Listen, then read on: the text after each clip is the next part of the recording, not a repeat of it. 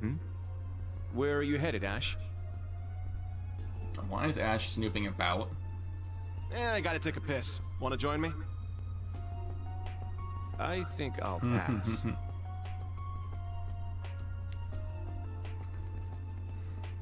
But let me say this. Don't so much as think about sneaking out. Too late. Ash, you're gonna get your ass in trouble, dude. I admit it's a bit nerve-wracking, but this truly is a special event. Yeah, like, super special. We should all enjoy it together as Class 7. Who would have guessed the pretty boy was just as big of a nag as that wild filly? Maybe somewhere along the line, I'll let those guys get to me. I mean, it happens. Oh, is something the matter, sir? Busted. Oh, yeah, I was just on my way back from the bathroom, but I noticed something strange. Something strange, sir? Yeah, it's just around the corner here. Lights out.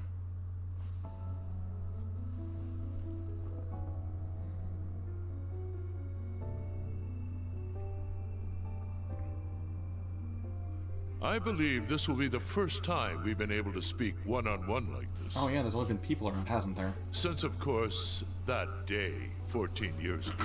14 years ago?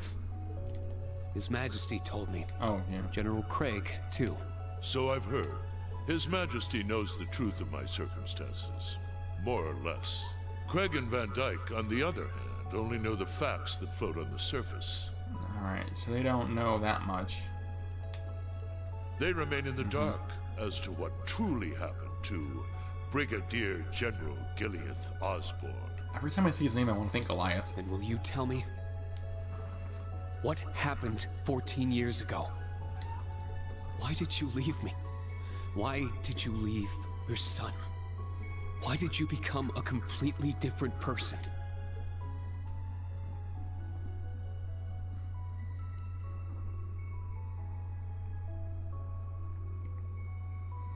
You trampled over everything in your way, robbed the people of their pride and independence, and planted the seeds of the Civil War.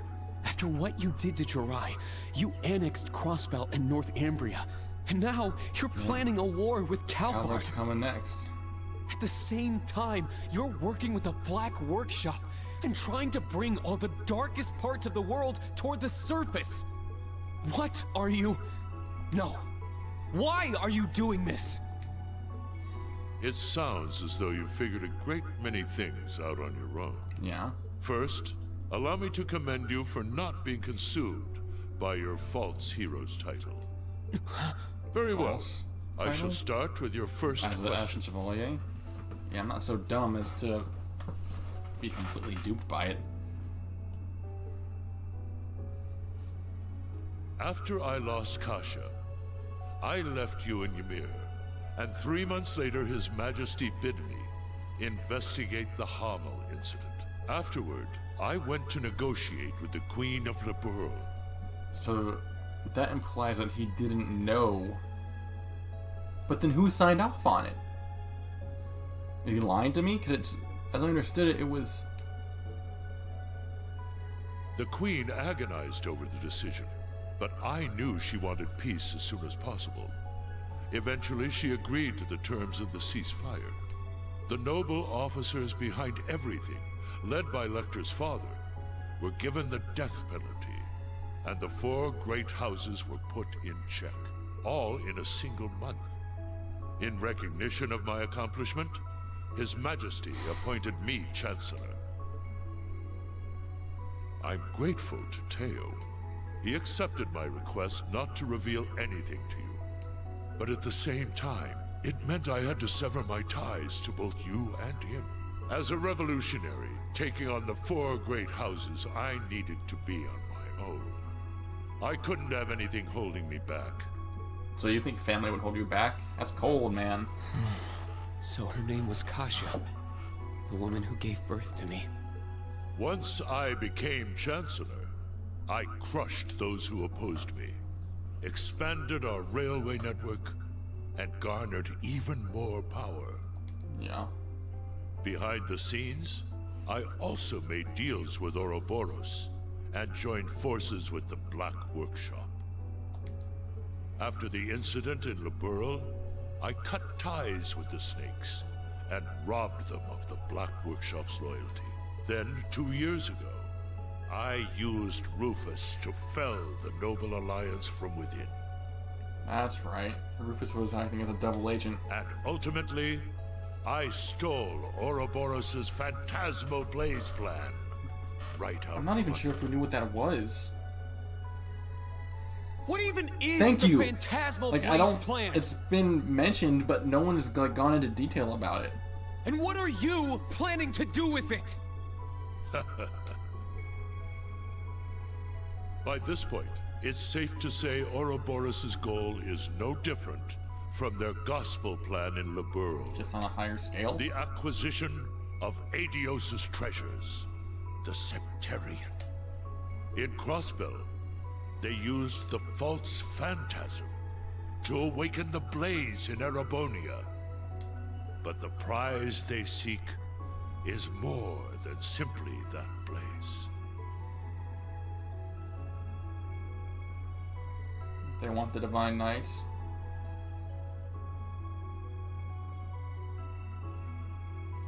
This dark land once housed two treasures. The clash between the two of them resulted in the creation of the Great One. Oh, that one monster. Oh, son of a bitch. They want to revive and control that giant, from the Infernal Palace. They wanted the giant, All the Gundam. people, things, and history of Erebonia are inexorably entangled in its blessings and its curse. Looks like the Emperor wasn't just kidding about, or just speculating about the curse. I'm sure you've been able to deduce that much from certain historical documents you've been reading. What are you? Pardon me, Your Excellency. The Emperor is calling for you. Understood. That shall be all for now. Wait! We're not Damn done right, yet! we're not done yet. There's so much more I need to ask! How did you survive being shot through the heart? Right, seriously. I mean... Oh, they used the forbidden magic on him, Are you too. the same as the Jaeger King, the Steel Maiden, and Siegfried? Or... does it have something to do with the scar on my chest and this power I have? 14 years ago, when we were attacked, your heart was punctured by debris. Oh, hence the Kasha, scar. your mother, she begged me to save you. So Osborne does have magic? So, I made the decision to give my heart to my son.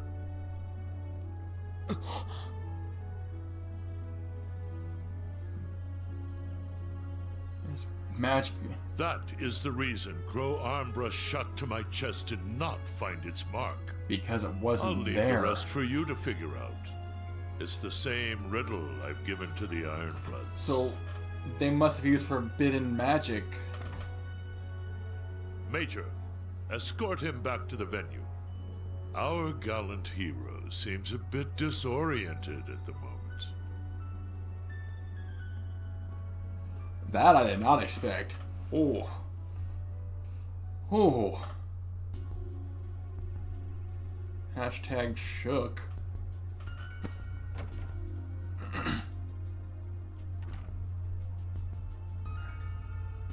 He looks weird with his hair even attempted at a slick back. A resin gun that fires gunpowder bullets? Can't be found by metal Yeah, detectors. he's keeping that. Everything falling into place like this is way too convenient. I don't like it. So whoever he's actually working for, Well, I guess beggars can't be choosers.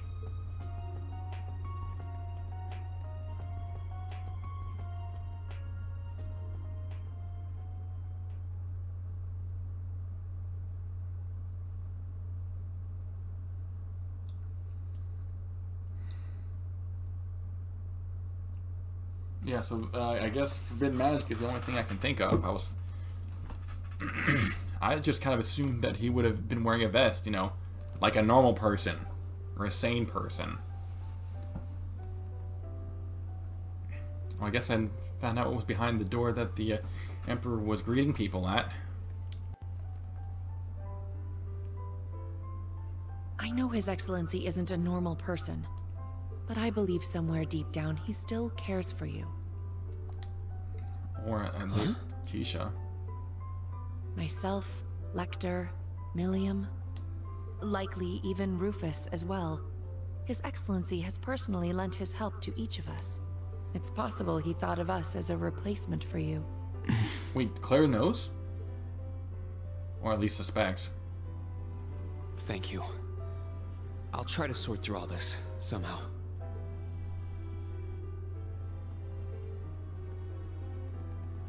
Reen! Instructor Reen! Hey, that's quite a welcoming committee. I heard His Majesty called you in to speak with him? Chancellor Osborne as well. Yeah. You spoke with both of them? Yeah. You're looking a little bit green around the gills there. She's right. What happened? I can't talk about it Yeah, I'm just not at yet. liberty to discuss. All I can say is that nothing is over yet. And something's about to begin. Sure. Once this party's over, can we all get together and talk? Yes, of course. I think I can better explain what's going on behind the scenes now. Oh yeah, yeah, it makes sense that Emma would be at least... If time permits, I'll tell you all about my circumstances too. Emma should know at least a bit about it, or suspect.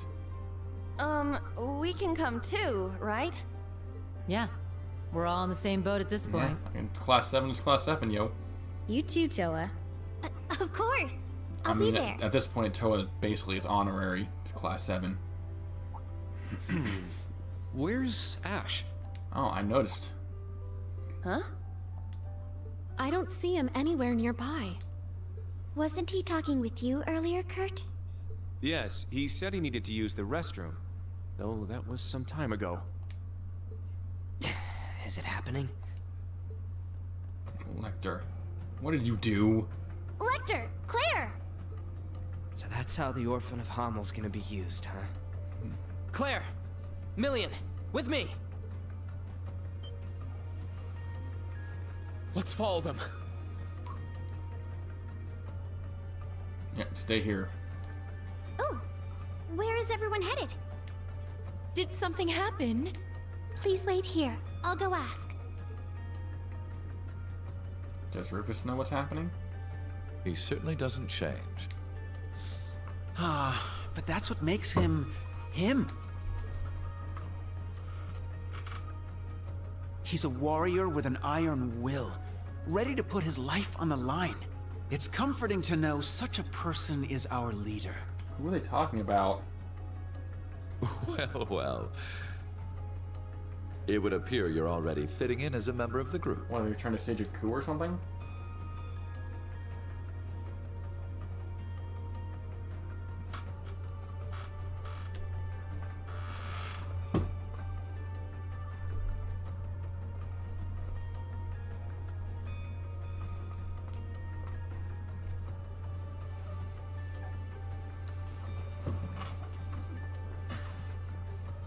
I plan to make this announcement during the summer festival. I can't imagine it will be easy. But knowing you, you're already well prepared. You're too kind.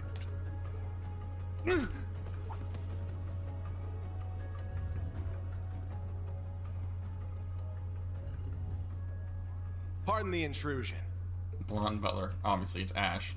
You are... Ash Carbide of Thor's Branch Campus, Class 7. The third survivor of Hamel. What have you come I forget here who the for? other two are. Hamel. So it comes back to that yet again. My left eye's aching real bad. Been that way since I was a kid. Just the left eye? That scene is burned into it. Why just the left? Even years later, when I was taking care of my mom, I kept hearing the voice. This is interesting. Kill the Vile One. Kill the Vile One. So he's been infected with whatever the curse. The Jaegers that attacked the town were slaughtered. You executed all the masterminds. Hammel's name was wiped off the map. You're the one who let this happen, Emperor. Maybe the Queen of Liberl is just as guilty for keeping quiet. Or maybe the other two, for running away and leaving me for dead. Or even that Scarecrow guy, the son of the mastermind. Hey, tell me. Who do I gotta kill? To get rid of all this pain?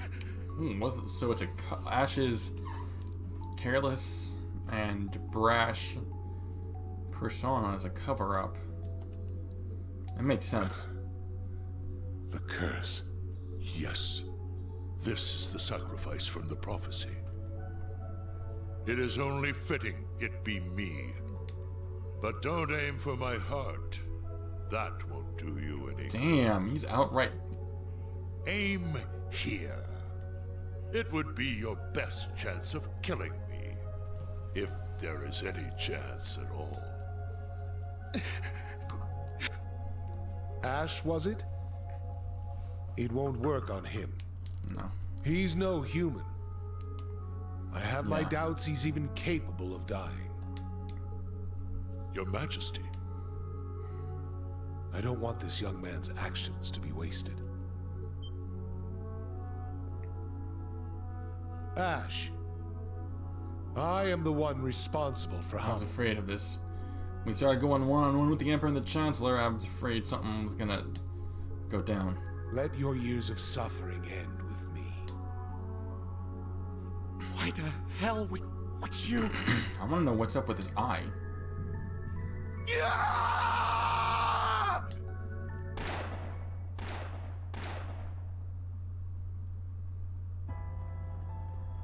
Shots fired. I'm guessing I'd like to know who's behind this.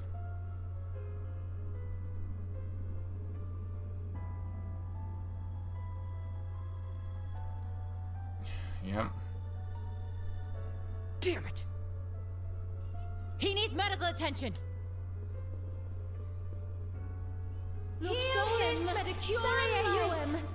That's kind of cool.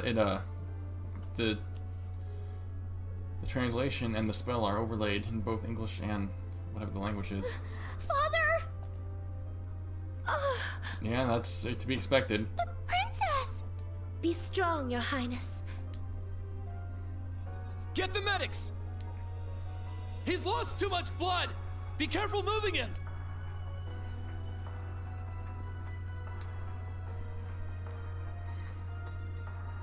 Is he the one responsible? Yes. Unfortunately. He was being manipulated. I thought we'd captured all the Calvardian agents. Is there a chance he was one of them? It's a valid question at this point. A Vern Company gun made with resin parts. It would not have been found by a metal detector. Unfortunately. I cannot deny the possibility.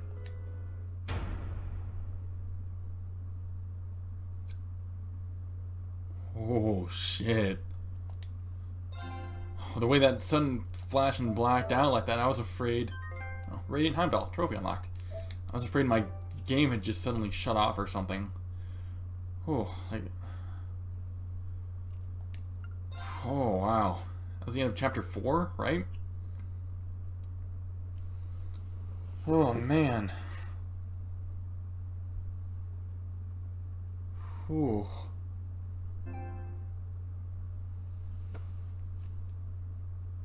The day after the incident. This is your morning report on ongoing events. Yeah, As of last night, the Imperial government has declared martial law by order of Crown Prince Cedric. A military command center has been established, and Governor General Rufus has been appointed as its interim representative. Further, as of this morning, railway access has been severely restricted, not only in Heimdall, but throughout all of Erebonia. Extra. Read all about it.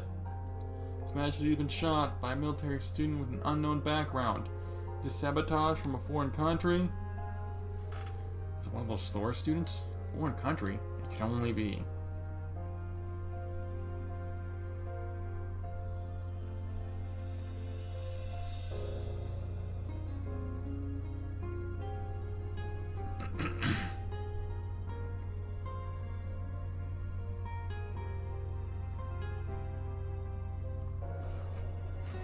We are currently using every resource at our disposal to determine the suspect's background.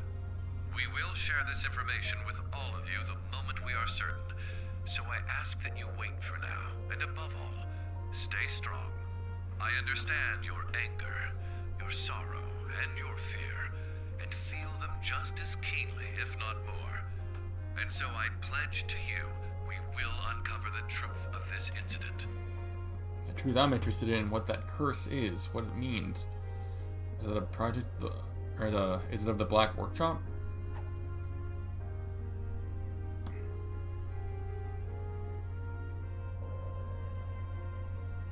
That's Cursed Mom.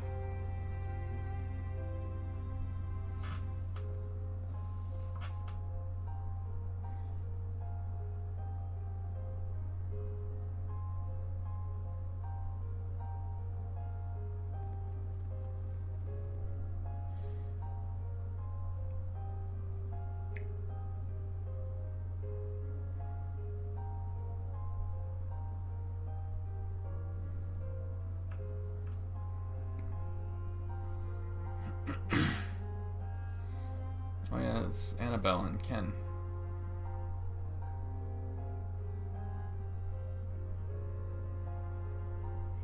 This is the morning news broadcast for Trista. We're told the Emperor's current status is still critical. At this point, it's hard to determine whether or not he'll be able to recover. We now have a message from Prince Olivert to share with you.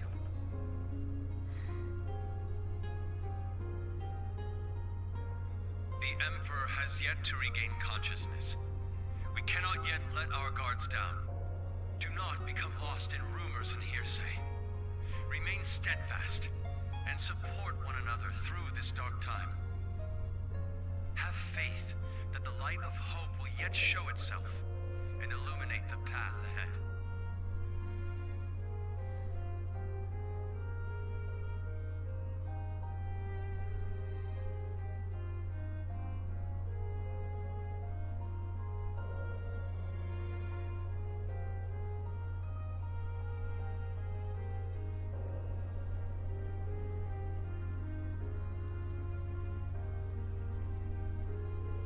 How awful.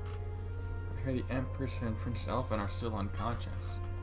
Ow. Oh, Adios. Please guide us.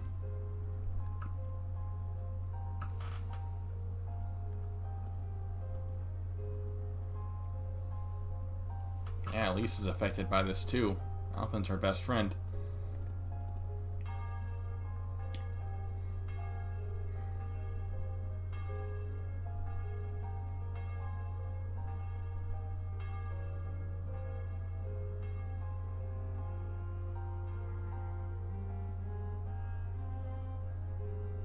I'm trying to think. I like that the music is good too. Is that a string instrument? I can't really place it.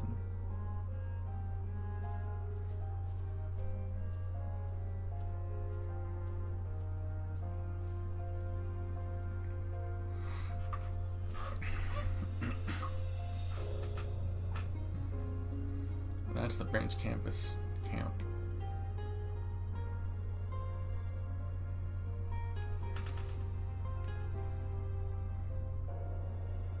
I never thought Ash would... We had our differences at first, but he wasn't a bad person. After everything we overcame together, we grew to understand each other. Or so we thought. And I know now, there is absolutely no way he's the kind of person who would commit such an atrocity. I agree. He was definitely a yeah. troublemaking punk. But he wasn't selfish or irresponsible. And despite his lone Yep. wolf tough guy act, It's true. he'd always help us when we needed him. But looking back, something may have been a little off about him. And museums involved with whatever it It is. was quite the surprise to hear he was from Hamel. Tita, you knew someone else who was born there, right? Yeah, I didn't know there was another survivor. He's in Liberl right now. I'd like to contact him if possible. Unfortunately, we can't use the communication network, and we're not allowed to board Panzer's soldats. I wonder if I'm out. I mean, I don't know if I'm allowed to use. I can't think of his name now. Drawn a total blank on his This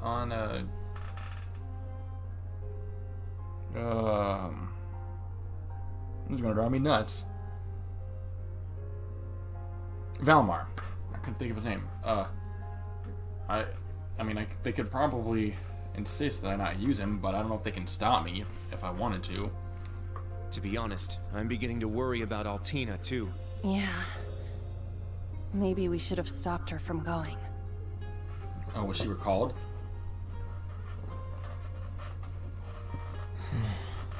Yeah, I wonder if Valmar knows anything of this. Green? Never thought that kid could have done something like that. It's my fault. Even though he seemed like he was tough, I always knew he was a bit unstable too. I should have done something about it after our trip to Hamel.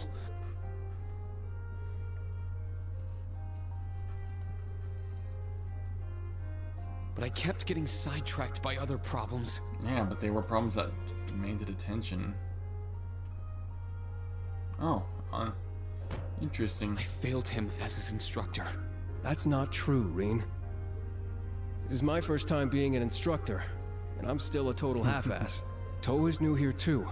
Can't just expect to be perfect at it after only a few I think I've months. heard Renee's voice from somewhere. That's right, Reen. I think the important thing is what you do next. Altina's already hard at work, right? Well...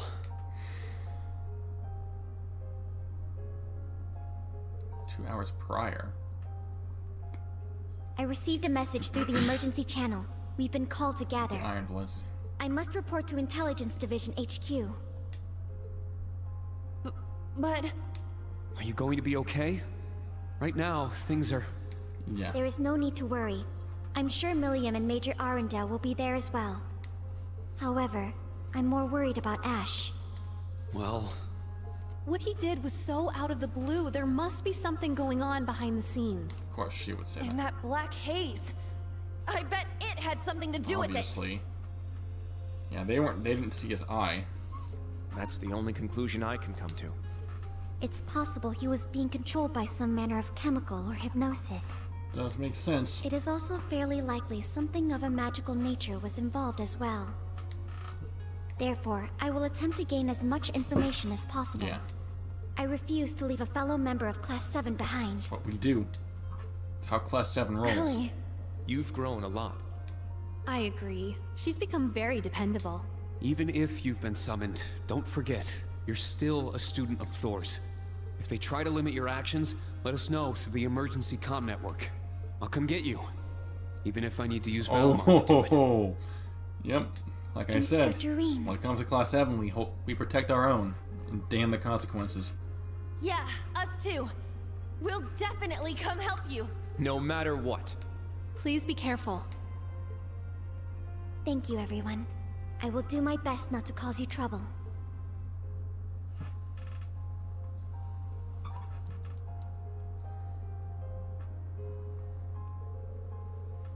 You're right, I can't afford to fall behind the students. The principal and the others are doing everything they can too. Seemed like the principal went to the authorities and Michaels went up to the RMP headquarters.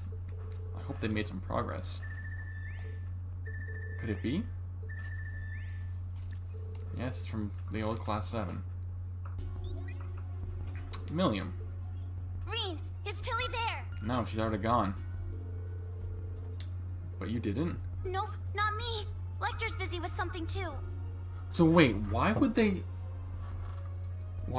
call for Altina and not Milliam? I bet it's the Black Workshop. No, but that doesn't make sense either because Milliam was part of the Black Workshop as well. So that means I'm too late. Too late for what? Oh no, it's nothing. Bitch, please. I'll take care of it. You can't Don't just worry. make a big kerfluffle about something going on and then tell us not to worry about it. Especially Reen. Oh, I noticed the core slots are much smaller than I expected. Milliam, so she can't get a hold of Altina either. But the prince's little trick let us connect anywhere. Yeah, but it's not working. Excuse. Seems like I've kept you waiting. Ah. My apologies for being late. Principal, Major Michael. Well, any news? Carbide's still in a coma and is in the custody of Railway Military Police. Regarding other nonsense about him being a spy for the Republic, I've requested the authorities to rescind their statement, but they're refusing. No. Although there's no question a crime was committed, we must ascertain his motive, background, and any abnormal symptoms. If by chance he was being controlled, we must determine the true culprit. I guarantee his safety until all the details are known. Well, that's good. Thank you. Yeah, thanks. I don't need your gratitude. He was one of my students too. That's how Thors do. Anyway, aside from Carbide, it seems things are becoming even more dire. Now what? I need you to gather all students in Car 3. The government will make an appointment announcement, and we've been instructed to listen in. Oh boy.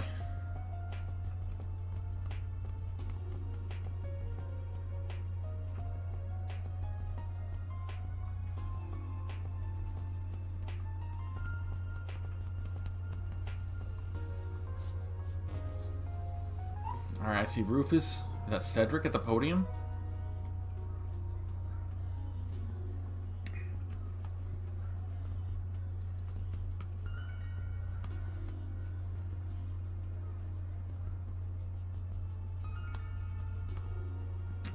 Yep, it looks like it. This brings me right back to where the Civil War began. Yeah, no kidding. I'm getting PTSD flashbacks too. Oh yeah, when the Blood and Iron Chancellor was shot. And yet there he is. We cannot. We must not. Still. And we will not. I'm just relieved they finally revealed. With blood and with iron, we shall mete out justice. Freaking incredible. Well played, Armbrust. What's the security like this time? All buildings within a 3,000 yard radius are on full alert. There are security airships patrolling the area too. Dearest people of Heimdall, and all citizens of Erebonia, I am Cedric Rice Arnor, son of Emperor Ugent. Yeah, I've been wondering about how he survived. I'm pretty sad. Well, not really, but somewhat relieved that they at least gave somewhat of an explanation, even if it really wasn't a completely satisfactory one.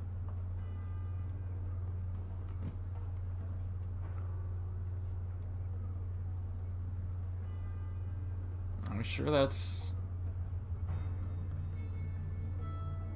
I'm sure security's tight enough. Like, I'm not even trying to be sarcastic. Like, anyone could... How are they gonna make sure no one's a spy or anything? The Emperor yet remains in critical condition. Okay, so he's not dead. Good. Needless to say, we have the most skilled doctors available to attend to him. But the situation is still dire. We would greatly appreciate if everyone would pray for Adios to see him through this. However, this incident demonstrates without a shadow of a doubt. Here it comes. The scope of the threat looming over our nation. I don't know what he's about to do, but it can't be good. And the identity of the foreign power that orchestrated this tragedy. So he's blaming it on Calvard. In my father's stead, as Crown Prince, I hereby entrust the fate of our nation to a man I'm sure you may all be familiar with Chancellor Gileath Osborne. Alongside him will be Governor General Rufus Alberea, who has already proven himself instrumental in overseeing the military command center.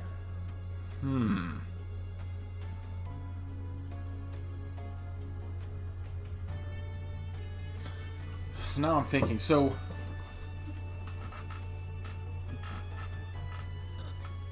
This is very interesting in the facade, because either they were lying to me in private, which I see no reason to, or they're just taking advantage of events as they unfold. Either way, again, Osborne is ending up with more and more power for himself.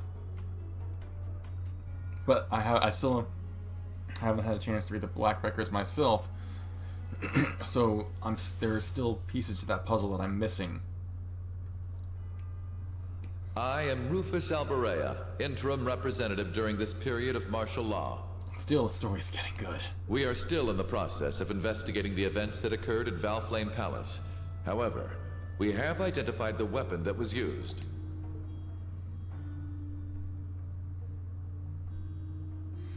I'm gonna blame it on Calvert, I can feel it.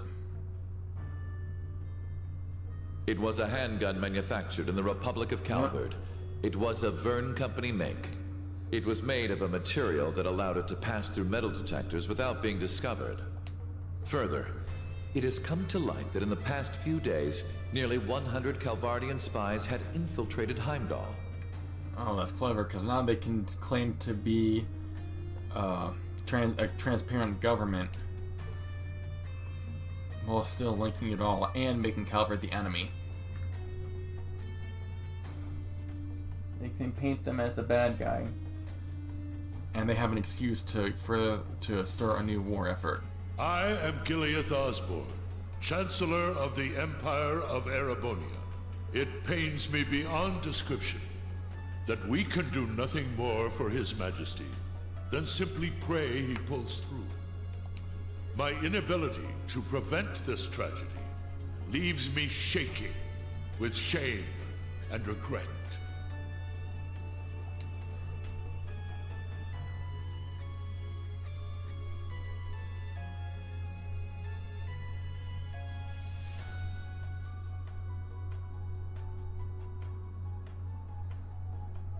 But I ask you, is this the time to cower in our homes?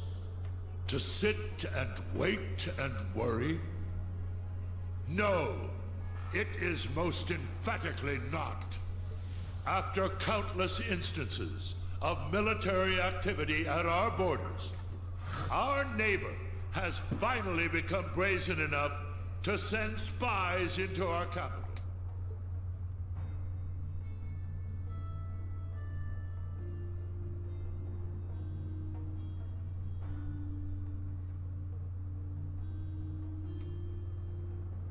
And now this. The message they have sent us is clear. For hundreds of years now, they have been a menace to our nation. But this is no less than a declaration of war. We can no longer ignore the threat at our eastern borders. The Republic of Calvert.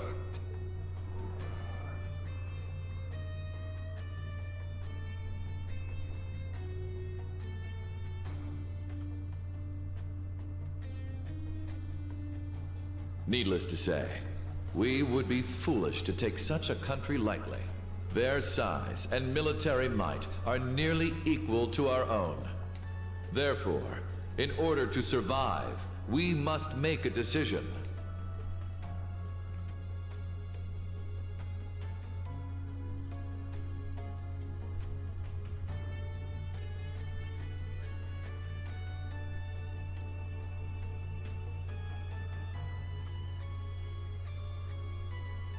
We must put aside the difference between noble and commoner, between individuals and organizations.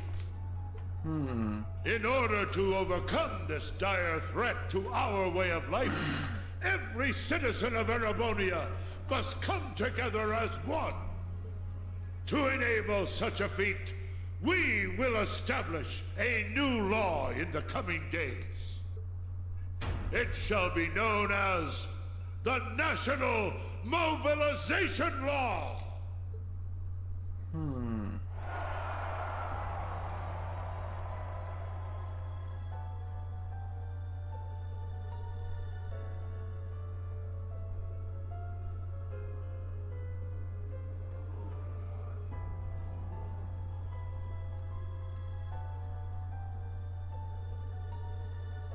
National Mobilization Law.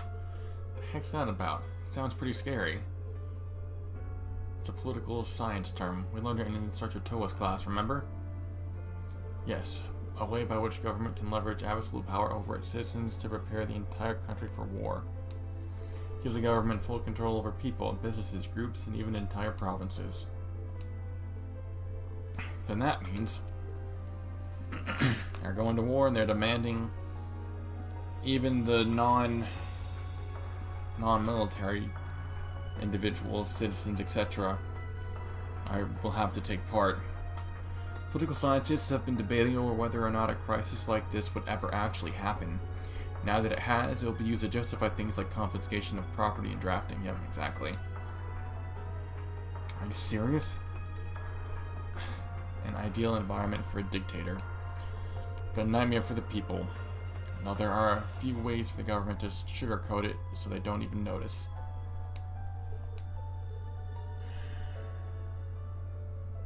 So that's what they meant. The surface and what lies beneath intertwining, just like His Majesty the Chancellor has said. I mean, so everything's starting to connect.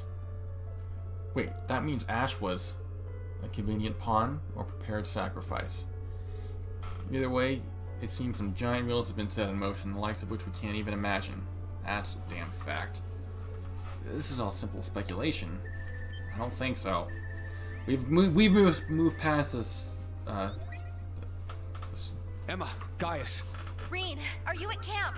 We need to meet up and talk about everything that's happening, including that speech just now.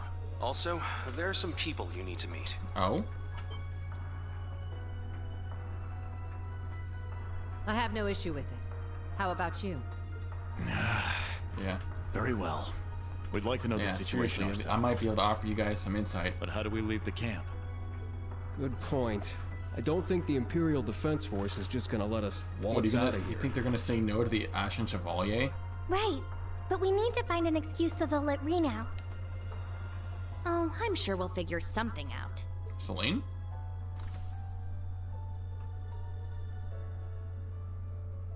I was right. What? Celine! Welcome back. What? Is that Class 7's? Ah, so the familiar's here. Looks like Le Guin already knew. Can't say I'm surprised. Shut up and follow me. Get moving already. Follow you where? A valid question. Do you recall that old oak tree in the center of camp? I'll summon a magic circle by it that will let you travel through the spirit veins. Ah, clever. You can do that?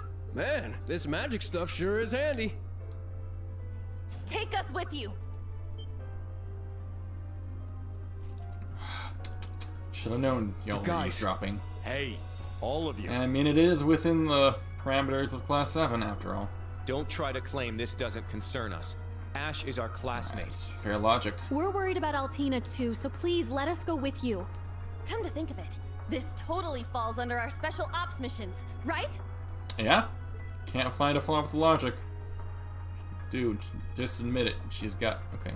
Alright. Class 7, resume special ops missions. Yes, sir! I don't care which of you tags along, let's just go already. The cat would be the impatient one. I need all of you to be careful. If things get dangerous, give us a call. If you're going to go, at least make sure you're fully prepared. Mr. Michaels is not amused. May Adios watch over you. Take care.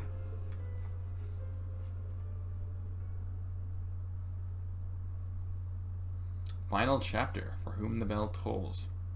It tolls for thee. That was a heavy chapter. Whew.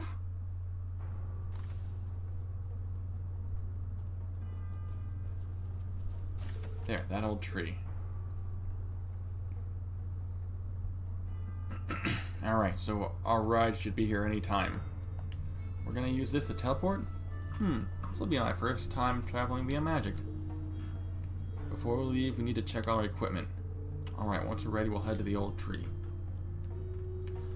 Altina and Ash left the party, that makes sense. Ooh. Good supplies. Okay. Black records. Alright, this is important. It's on the year of 947, Emperor Valius V passed away. His death heralded the beginning of the largest scale civil war in Erebonian history. Valius V was a ruler with a somewhat debaucherous reputation, is said to have countless wives and concubines. To further the matter of succession, many of those wives came from prestigious noble families, all who began competing for power and wanted their offspring to take the throne. That makes sense. Within the days of Valius V, the death, the Crown Prince Manfred, the son of his first wife, was assassinated by an unknown party. Interesting. Following the death of the Crown Prince, the fourth prince and son of the first Emperor Valius' secondary wives, Prince Orthos seized the capital by force. Once in control, he declared himself the new emperor and began purging all those who dared oppose him. The coup set off a succession of counterclaims, and the three other princes also named themselves to be the new emperor. Backed by powerful noble families of their mothers, the competing princes ignited a bloody 5-year-long civil war, and thus the War of the Lions began. I see. So there's a multiple civil war. That wasn't just... usually when I think of civil wars, I think of only 2 factions. But it would seem, in this case, that is not the case. Scalp's all itchy and stuff. At first, the prince's armies were largely equal in terms of strength. It wasn't until Orthos, who would later become known as the False Emperor, revived. That being that it had been sealed under the city, that was the balance of power shifted to Testarossa, the Vermilion Knight. Yep, that was it. That was the giant under the Vermilion Palace. It was tainted by the blood of Zoro Argora. Saw the light of day once more. With his unmatched strength under his control, Orthos decimated his greatest competition in one fell swoop, and the 5th Prince, Gunnar, was defeated. It seems it was inevitable that the armies of the other princes would share the same fate, but it was at this pivotal point the war took another surprising and sudden turn. Its unexpected development came in the form of another great knight, the Palatine Knight. Palatine? Palatinate. The famed champion was acquired by Prince Lucius, the 6th and youngest of the feuding brothers. With his power, he was able to defeat the army of the brilliant strategist and 2nd Prince Albert. Victorious and backed by the knight's power, Prince Lucius was poised to challenge Orthos. Prince Gunnar and Albert's army, however, were not completely wiped out and decided to join forces with one another in order to oppose the other princes. It was thus that the war became one fought by 3 separate groups: Prince Orthos with the Vermilion Knight, Prince Lucius with a Palatinate Knight, and Princes Gunnar and Albert, who had no knight but compensated with the sheer numbers. The War of the Lions had been raging for 2 years now, and the chaos only worsened by the day. Erebonian seemed fated to fall to ruin and darkness, fitting, perhaps, for a nation that takes its name from Erebos. I guess that means dark, or darkness, or shadow.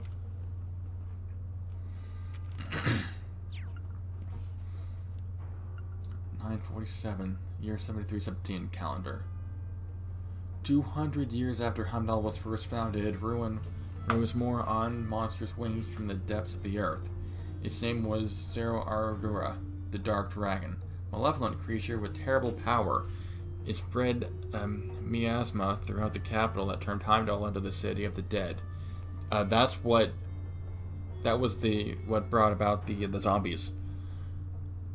But its horror did not end. The evil dragon desecrated the corpses of the fallen, taking control of their bodies, and using them to attack those who remained alive, further increasing the legions of the dead.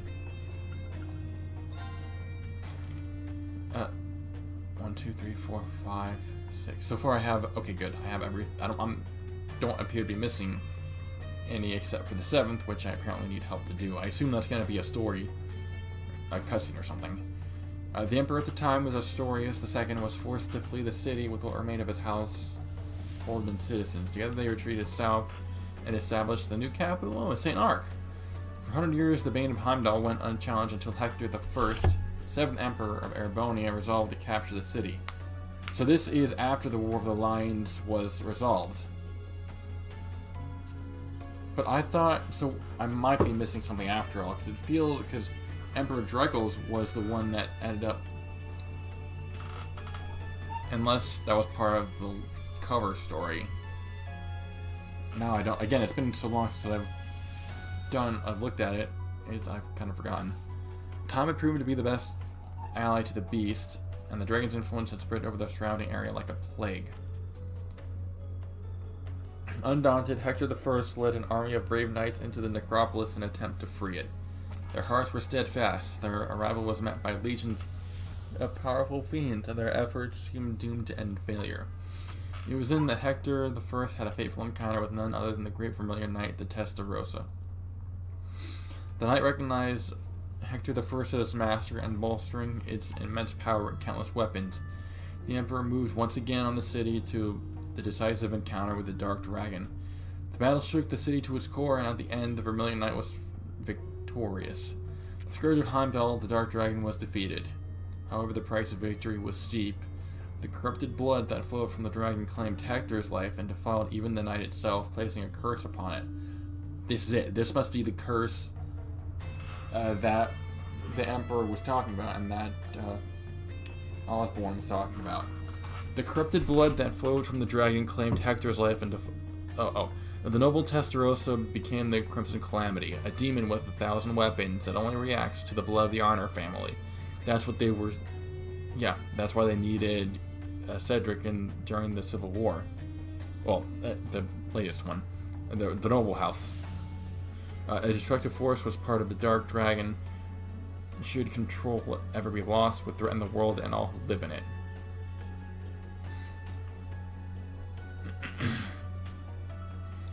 So it seems that the Hector then is the ancestor to the Honor family.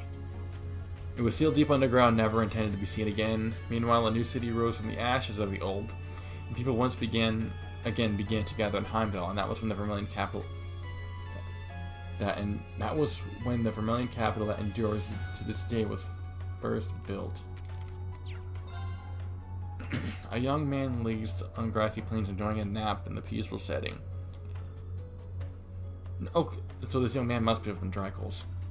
Before how long his rest was interrupted by the arrival of a second young man on horseback. The youth wore trappings of a knight, and his expression was deathly serious. His armor bore many rents and scratches, and his left arm was bound in a bloody bandage.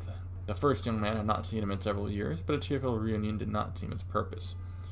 "You are right after all," the second man said gravely. "At this rate, the Empire's days are numbered." At this, the first young man rose from the grass. He was none other than the third prince of the Erebonian Empire, Prince Dracos. As a man with no claim to the throne due to his common mother and shunned by the other highborn princes, Dracos has long left Erebonia behind, wandering from place to place, whiling away his days. 3 years prior, he had reached the land of Nord, where he remained ever since. Though left to his own devices since childhood, his nature was noble, and he quickly accepted by people of the Nord and lived peacefully among them. While he had left his homeland, he had not truly abandoned it in his heart. During his wanderings, his mother had passed away, but while she lived, she had told him something that would remain with him for the rest of his days. The blood flowing through you will not allow you to turn your back on Empire's suffering. Prince Dracos had turned those words over in his head again and again. What could a powerless vagrant like himself truly hope to do? The knight's arrival, however, signified two things. The war continued to worsen, and Erebonia was on a certain path to ruination. His mother was probably correct. Hearing the knight's words, he decided that was enough. He could ignore the pain of his countrymen no longer. That knight, incidentally, was called Roland. He was a childhood friend of Dracos and his confidant. Roland, he was mentioned in the history. He was also the man Dracos had left in charge of things in his place before leaving the country. Prince Dracos set out preparing to depart. Before he could finish, he was met by several of the tall knights of Nord, their cross-shaped spears in hand. They too were close friends of Dracos, and they volunteered to accompany him and Roland fearing the two men alone would not stand a chance. The next morning, the prince departed the village, a mere 17 men under 17.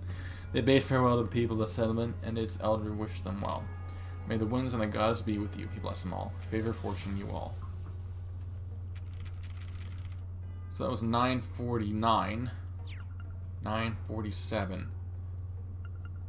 Okay, so yeah, Dracos was indeed involved in the war, as I thought.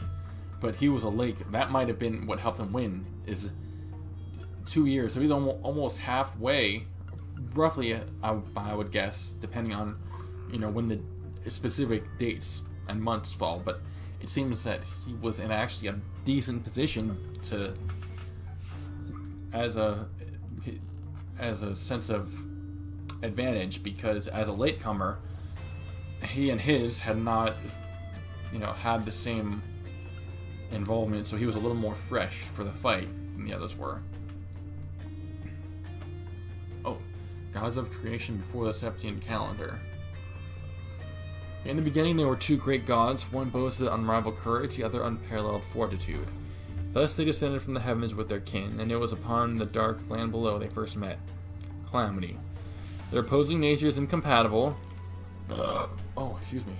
The two were irresistibly drawn to battle. And thus the struggle shook the heavens and earth. The goddess and the spirit lament for naught. As the land quaked, the skies were torn asunder, and the god's kin could only tremble in fear. After it seemed like what an eternity, their clash came to an end. But the end of mutual defeat. Their power spent, the empty shells of the two celestial titans were flung into the farthest reaches of the dark land. All that remained in their wake were terrible, their kin and the great power. So, that must be the two treasures that they were talking about.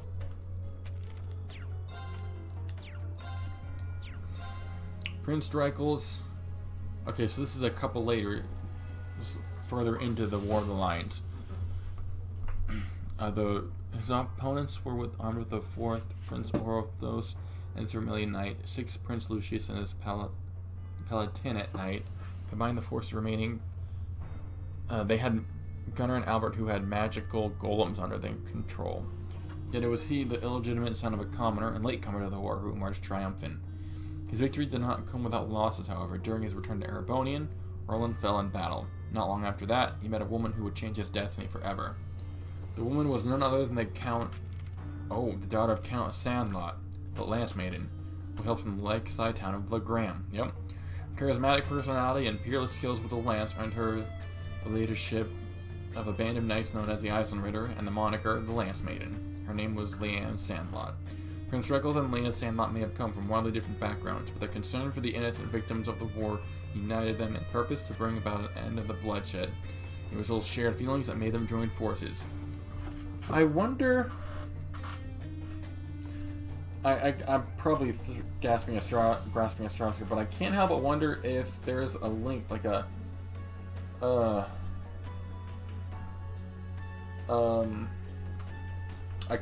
an ancestral connection between the Lance Maiden and Laura, because they seem very much the same, and they're concerned for two of them, along with the warriors of Nord, the Eisenritter, and all the people of the nation whose hearts they moved, liberated one town after another, and were eventually successful in persuading even Prince Lucius, the owner of the Palatinate Knight, to fight for their cause.